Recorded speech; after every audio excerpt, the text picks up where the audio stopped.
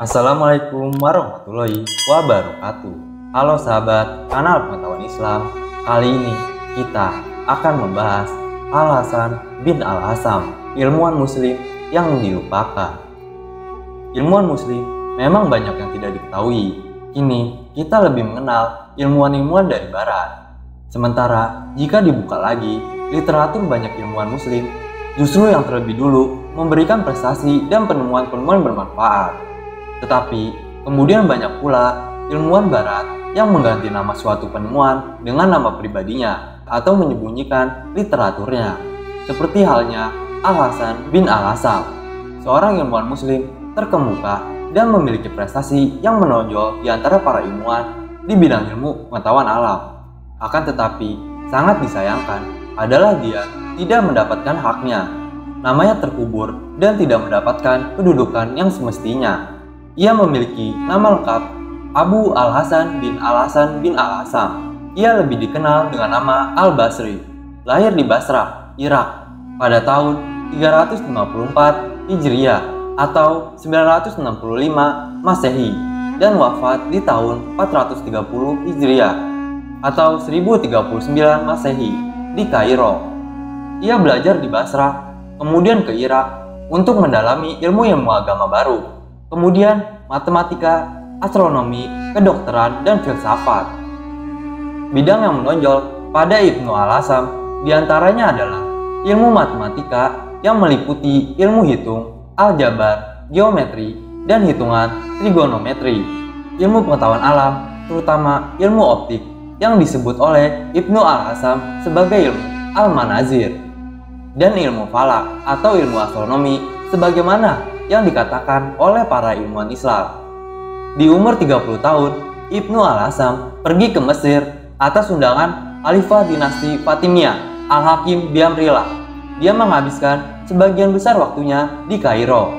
Di sana, ia melanjutkan penelitiannya dan menulis banyak buku.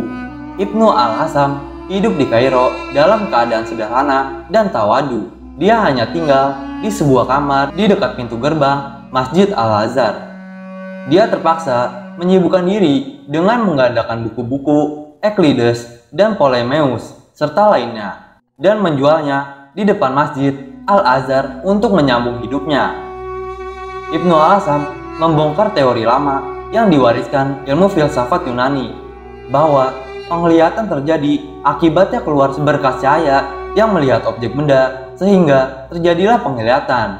Ibnu Al-Hassam justru menemukan teori sebaliknya, bahwa penglihatan terjadi akibat adanya seberkas cahaya pada objek benda yang dilihat ke mata sehingga berpengaruh padanya.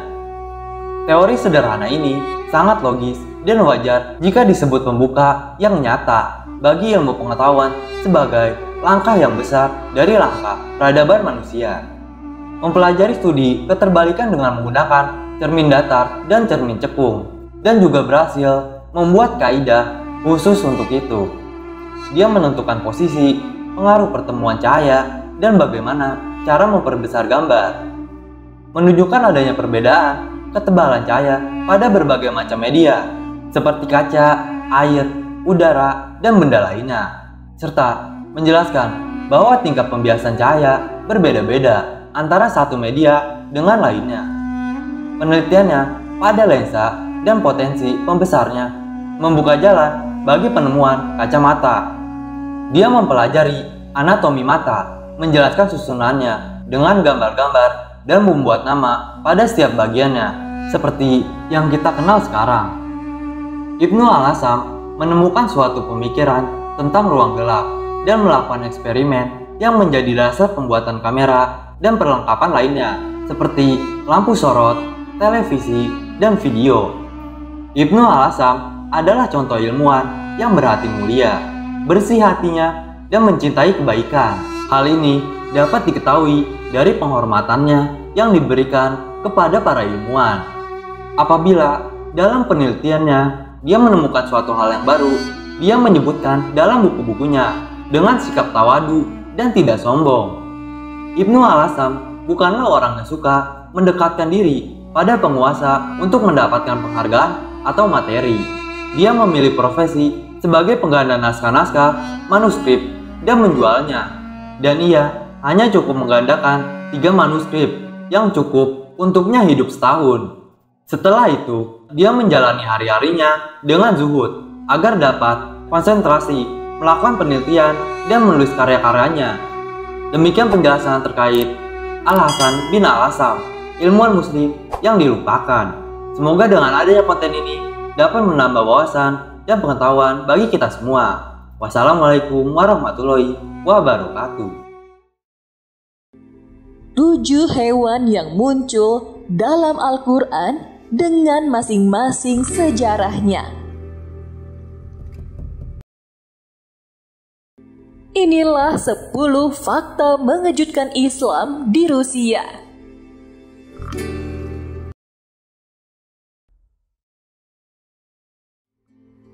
Keistimewaan 21 binatang yang disebut dalam Al-Quran.